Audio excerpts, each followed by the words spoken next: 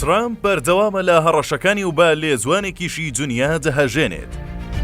سەرۆکی ئەمریکا خەریکە ڕەگەزپەرستی و پۆپۆلیزم ئاسایی بکاتەوە.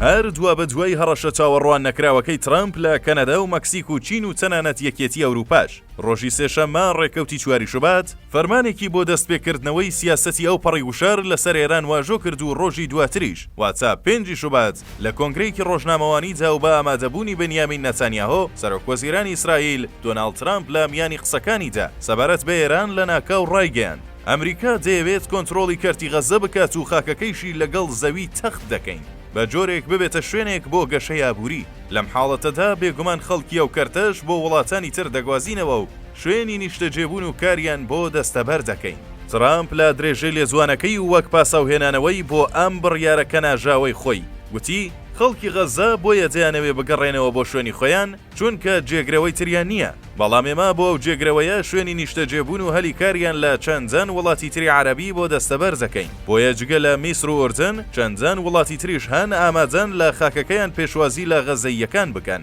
ڕەنگە وڵاتانە 5 تا 6 وڵات بن و ئێستا کار بۆ ئەو پرسە دەکەین. ئەم لێجوانە بێمنەتەی ترامپ هەر زوو پەرچەکرداری توندی زۆربەی دەوڵەتانی دنیای بە دوای خۆی داهێنا و جیا لە وڵاتانی عەرەبی کە بە توندی ئەمەیان ڕەتکردەوە ئەو کات وتەبێژی یەکێتی ئەوروپاش هاتە دەنگ و گوتی غەزە بەشێکی گیانەبووەی فەلەستینە و پابەندین بە چارەسەری دوو دەوڵەت. هەر دوایەماش لێبوردنی نێودەوڵەتی بە توندی وەڵامی ترامپی دایەوە و گوتی پێشنیازەکەی ترامپ پێشێلکردنی یاسای نێودەوڵەتیە. ئەو کات نەتەوە یەکگرتووەکانیش ڕاشکاوانە ڕایگەیاند. گواستنەوەی زۆرەملەی خەڵکی غەزە جینۆسایدی نەتەوەییە. بەرزبوونەوەی دەنگی ناڕەزایەتی لە زۆربەی وڵاتانی عەرەبی و هەروەها پەرچەکرداری توندی زۆربەی وڵاتانی دنیا لە ئاست ئەم لێجوانە ڕەگەزپەرستانی ترامپ وای کرد ئارزوو بەپەلا وەزیری دەرەوەی ئەمریکا دەرکەوێت و گوتی سەرۆک ترامپ پێشنیازیەوەی کردووە کە ئەمریکا سەرپەرشتیاری بنیاتنانەوەی غەزە بکات.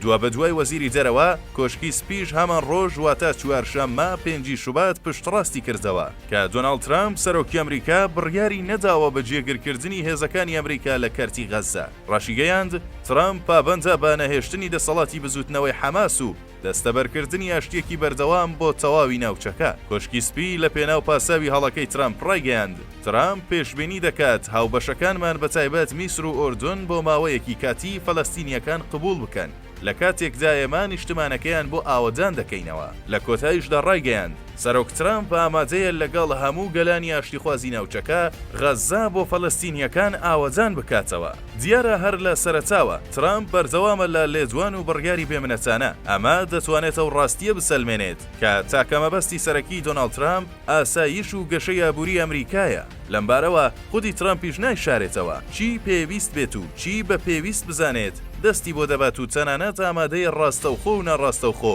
باج لە زۆربەی وڵاتانی دنیا وەربگرێت. کەواتە ترامپ دەیەوێت بە هەر شێوازێک بووە سەرجەم وڵاتانی دنیا گوێڕایەڵی ئەو بنوەمەش قبول بکەن کە ئەو وەک ترامپ بەهێزترین سەرۆک کۆماری دنیایە. پێشتر و لە راپۆرتێکی ژووری شیکاری تیواردا ئەوە باس کرا کە ئەم چەشنە سیاسەتکردنە بە بیان و پاساوی گەڕاندنەوەی شکۆ بۆ ئەمریکا وا لە ترامپ دەکات. لەم گەڕەدا و لە پێناو بەهێزکردنی ئەمریکادا سڵ لە هیچ شتێک نەکاتەوە. تەنانەت ئامادەی باجوەرگرتن، لێجان، پەراوێزخستن و سوکایەتیە بە وڵاتانی دیکە. کەواتە ئەم چەشنە سیاسەتکردنەی ترامپ جیا لەوەی دەتوانێت هێواش جیهان بکاتە شوێنێکی مەترسیدار و نائارام بەڵکو هەرچی ڕێکخرا و بەهای مرۆیی و نەزمی سیاسی هەیە هەموو بخاتە پەراوێزەوە و تەنیا هێز قسەی یەکەم و کۆتایی بکات. کۆیان باسە بە ئێمە دەڵێت ئەگەر بێت و دنیا لە بەرامبەر سەراتێنی ترامپ و خەونا سەیر و سەمەرەکانی نەوەستێتەوە بە دڵنیاییەوە جیا لەوەی دەبێت چاوەڕێی 4 ساڵی سامناک بین ئەو کات دەبێت چاوەڕێی سەرهەڵدانی شەپۆلی ڕەگەزپەرستی و پۆپۆلیزم بین لە زۆربەی وڵاتانی دنیا. ئەمەش بەلاساییکردنەوە یان پەرچەکردار لە بەرامبەر ئەم چەشنە سیاسەتکردنەی ترامپ کە ئەمە خۆی لە خۆیدا دەتوانێت ڕەگەزپەرستی و پۆپۆلیزم لە دنیادا ئاسایی بکاتەوە.